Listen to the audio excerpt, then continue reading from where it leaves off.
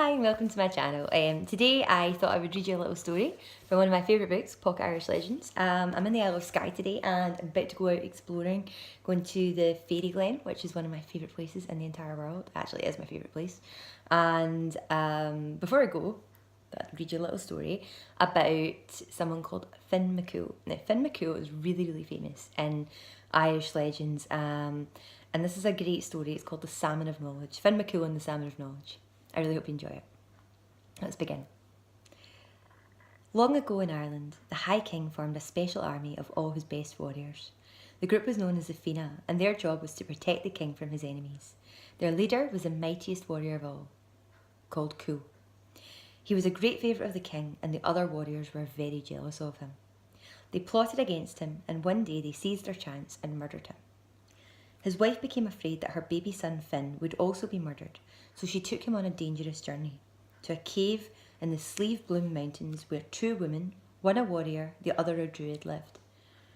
She asked the women to take care of the boy, to keep him safe, and to teach him everything they knew so that he would be able to pass the difficult initiation tests of the Fionn when he came of age. The women, who were called Bobdal and Fionn, agreed to look after Fionn.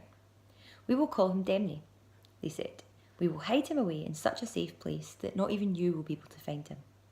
This was a great sacrifice for Fionn's mother, who loved her son dearly, but she knew that she would have to leave him and entrust him to the women to guarantee his safety from his father's enemies. She made her sad farewells and returned home.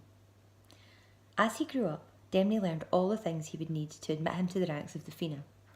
The women taught him how to defend himself against the spears of 9 warriors using only his shield.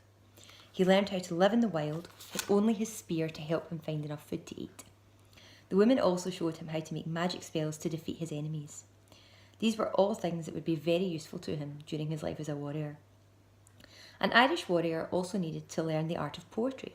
So, when they had taught him all they knew, the two women sent Demny to study with the old poet Finnegas, who lived beside the great river Boyne.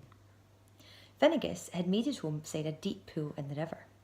There was a legend that the salmon of knowledge lived in the pool, and that the person who caught the salmon and ate it would know everything that there was to know in the world.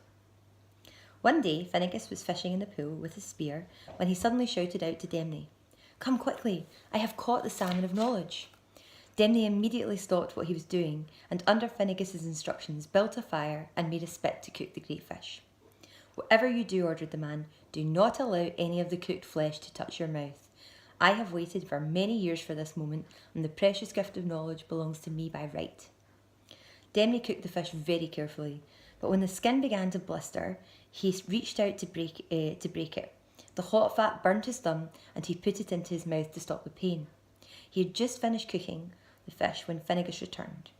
When the old man looked into Demny's eyes, he knew that the precious gift of knowledge for which he had waited all his life had passed to Demny.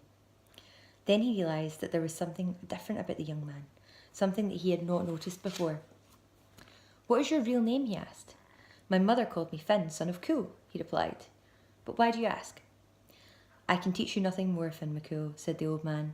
"You must go to the king and take your father's place as commander of the Fionn, which is your destiny." Fionn thanked Finnegas for all he had done for him and set out for the High King's palace at Tara.